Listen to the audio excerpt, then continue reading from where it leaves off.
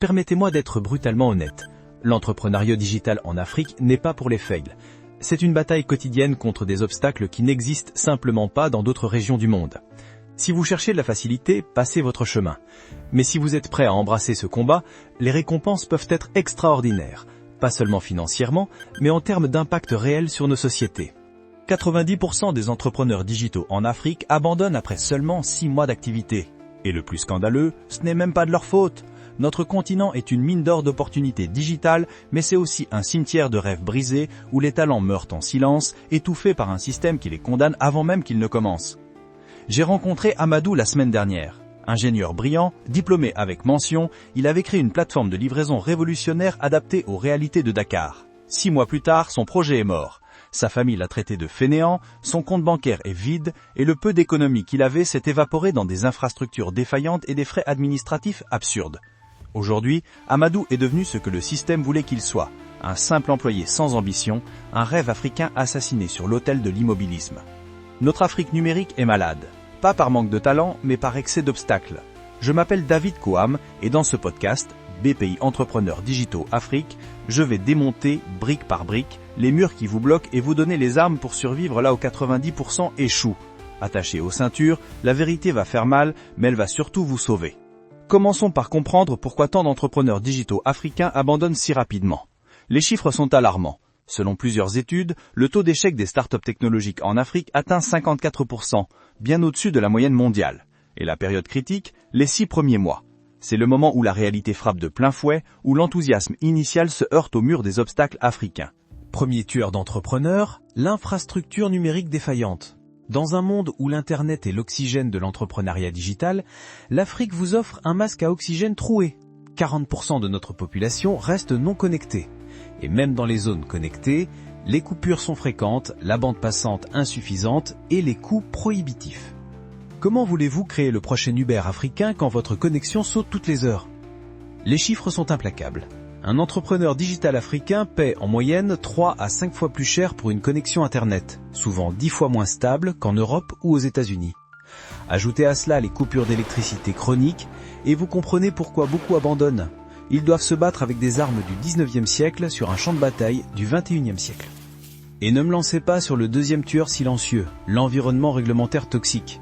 L'État, qui devrait être un soutien, est souvent le premier, le deuxième et même le troisième obstacle, comme l'affirme Rebecca Enonchang, une voix respectée de l'écosystème tech africain. Vous voulez créer votre start-up? Préparez-vous à affronter un labyrinthe bureaucratique kafkaïen. Formulaires incompréhensibles, fonctionnaires corrompus, délais interminables, taxes absurdes. Dans certains pays africains, créer légalement une entreprise peut prendre jusqu'à 3 mois et coûter l'équivalent de 6 mois de salaire moyen, sans compter les frais supplémentaires non officiels. Pendant ce temps, vos concurrents internationaux lancent leur activité en 24 heures et en quelques clics. La partie est-elle équitable? Absolument pas. Le troisième facteur d'échec est plus insidieux, l'accès au financement. Ou plutôt, devrais-je dire, l'absence d'accès au financement. Les banques traditionnelles africaines considèrent encore l'entrepreneuriat digital comme un passe-temps pour jeunes désœuvrés, pas comme un secteur économique viable. Quant au capital risqueur, il demande des garanties impossibles et des retours sur investissement délirants. Les études montrent que 38% des startups africaines échouent par manque de financement. Les entrepreneurs se retrouvent coincés dans un cercle vicieux. Sans fonds, ils ne peuvent pas prouver leur concept. Sans preuve de concept, ils ne peuvent pas obtenir de fonds. Et les quelques financements disponibles sont souvent concentrés dans 4 ou 5 hubs technologiques, comme Lagos, Nairobi, le Cap ou le Caire, laissant des régions entières dans un désert financier. Et savez-vous ce qui est particulièrement révoltant? Quand par miracle, un entrepreneur africain surmonte ces 3 premiers obstacles, il se heurte à un 4e tout aussi destructeur, le manque de compétences spécialisées. 70% des startups africaines peinent à trouver les talents techniques dont elles ont besoin. Vous avez une idée brillante pour une application? Bonne chance pour trouver des développeurs qualifiés et abordables qui ne seront pas déjà happés par les multinationales ou le marché international. Ajoutez à tout cela des marchés fragmentés, des systèmes de paiement disparates, une culture entrepreneuriale souvent immature et l'absence d'écosystème de soutien, est-il surprenant que 90% des entrepreneurs digitaux jettent éponge après 6 mois? La vraie question serait plutôt, comment les 10% restants survivent-ils? C'est exactement ce que nous allons découvrir maintenant. Car malgré ce tableau sombre, certains réussissent. Et leur succès n'est pas dû à la chance ou à des connexions privilégiées. Ils ont développé des stratégies spécifiques pour transformer ces obstacles en opportunités. Des stratégies que vous pouvez appliquer dès aujourd'hui. Première stratégie cruciale, l'adaptation aux infrastructures locales. Les entrepreneurs qui réussissent ne se contentent pas de copier des modèles occidentaux. Ils créent des solutions spécifiquement conçues pour fonctionner dans le contexte africain. Vous avez des problèmes de connexion Internet? Concevez des applications qui fonctionnent en mode hors ligne. L'électricité est instable? Intégrez des solutions énergétiques autonomes à votre modèle d'affaires. Prenons l'exemple de M-Kopa Solar au Kenya. Au lieu de se plaindre du réseau électrique défaillant, ils en ont fait une opportunité en développant des solutions solaires connectées. Ou encore Asoriba au Ghana, qui a conçu son application d'église pour fonctionner même avec une connexion Internet limitée. Ces entrepreneurs n'ont pas attendu que l'infrastructure s'améliore, ils ont construit leur solution autour des limitations existantes. Deuxième stratégie vitale, le bootstrapping intelligent. Face à la pénurie de financement externe, les entrepreneurs qui survivent développent une discipline financière draconienne et une approche créative des ressources. Ils privilégient les revenus précoces plutôt que la croissance à tout prix, pratiquent le troc de services, utilisent des outils open source et optimisent chaque franc dépensé. Concrètement, cela signifie démarrer petit, mais rentable. Si vous ne pouvez pas lever des millions, commencez par résoudre un problème spécifique pour un segment précis.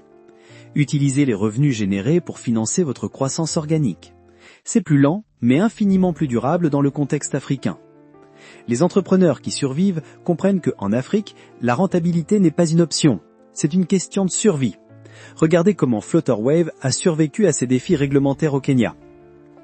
L'entreprise a renforcé ses équipes de conformité, a engagé un dialogue constructif avec les autorités et a ajusté son modèle pour respecter les réglementations tout en poursuivant sa mission. Ce n'est pas un hasard si cette fintech est devenue l'une des licornes les plus valorisées d'Afrique. La troisième stratégie est la navigation réglementaire proactive. Les entrepreneurs résilients ne se contentent pas de subir l'environnement réglementaire, ils l'anticipent et le façonnent.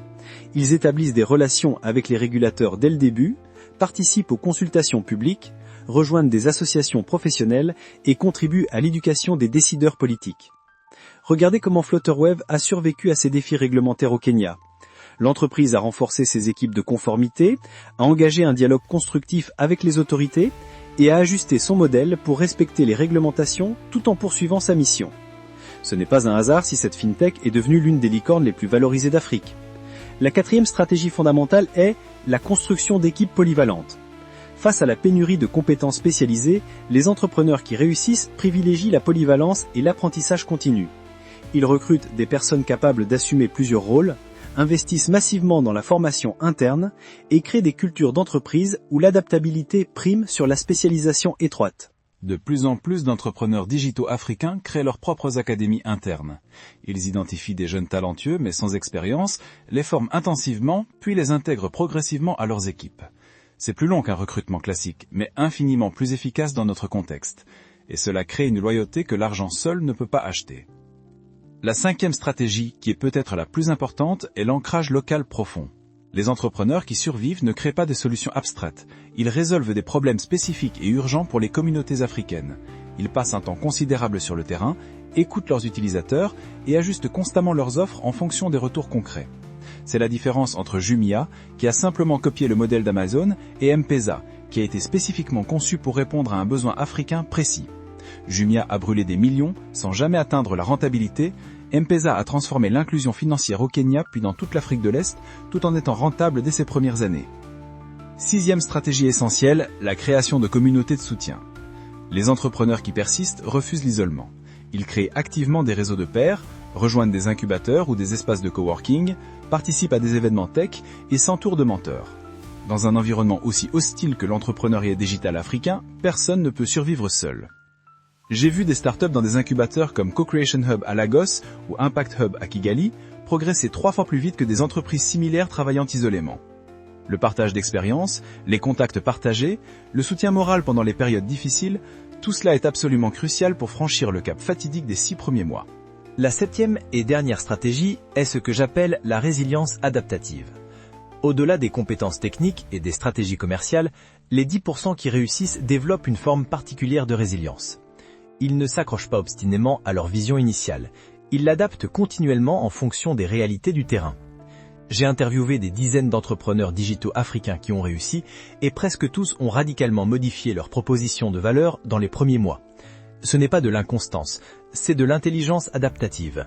Ils restent fidèles à leur mission profonde tout en ajustant leur exécution aux réalités africaines. Permettez-moi d'être brutalement honnête. L'entrepreneuriat digital en Afrique n'est pas pour les faibles.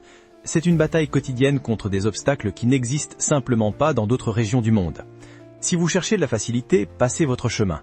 Mais si vous êtes prêt à embrasser ce combat, les récompenses peuvent être extraordinaires, pas seulement financièrement, mais en termes d'impact réel sur nos sociétés. Car c'est bien de cela qu'il s'agit, n'est-ce pas? Résoudre les problèmes africains avec des solutions africaines. Créer des emplois dans un continent où le chômage des jeunes atteint des niveaux catastrophiques. Bâtir des économies numériques qui nous permettront de participer pleinement à la 4e révolution industrielle plutôt que d'en être de simples spectateurs. Alors oui, 90% des entrepreneurs digitaux africains abandonnent après 6 mois. Mais vous n'êtes pas obligé d'en faire partie. Vous pouvez choisir d'être dans les 10% qui persévèrent, qui s'adaptent, qui surmontent. Vous pouvez transformer chaque obstacle en opportunité, chaque problème en solution potentielle, chaque défaite en apprentissage. Et vous n'êtes pas seul dans cette bataille. Des écosystèmes de soutien émergent partout sur le continent. Des incubateurs comme Mest au Ghana, des fonds d'investissement comme Partech Africa, des programmes gouvernementaux comme Startup Act en Tunisie. Tous ces acteurs créent progressivement un environnement plus favorable. Ce n'est pas encore parfait, loin de là, mais c'est en progrès constant. J'ai moi-même vécu les hauts et les bas de l'entrepreneuriat digital en Afrique. J'ai connu les nuits blanches à me demander comment payer les salaires du mois suivant. Et j'ai été confronté à des fonctionnaires qui ne comprenaient rien à mon activité, mais voulaient quand même leur part. J'ai dû pivoter, m'adapter, parfois même recommencer à zéro. Mais j'ai aussi connu l'exaltation de voir ma solution adoptée par des milliers d'utilisateurs.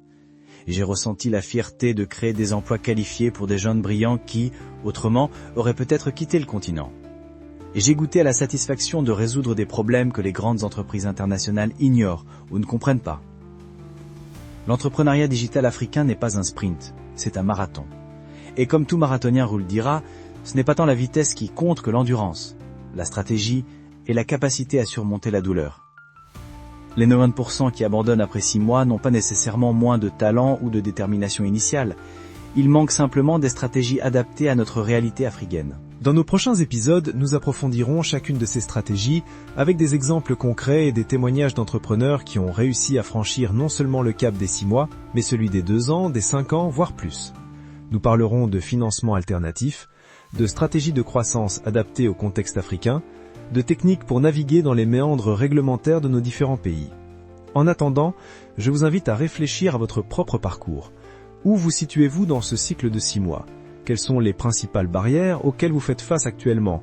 Et surtout, êtes-vous prêt à faire partie des 10% qui transforment les obstacles en opportunités? Je suis David Quam et vous venez d'écouter BPI Entrepreneurs Digitaux Afrique. N'oubliez pas de vous abonner pour ne manquer aucun épisode et partager ce podcast avec d'autres entrepreneurs digitaux africains.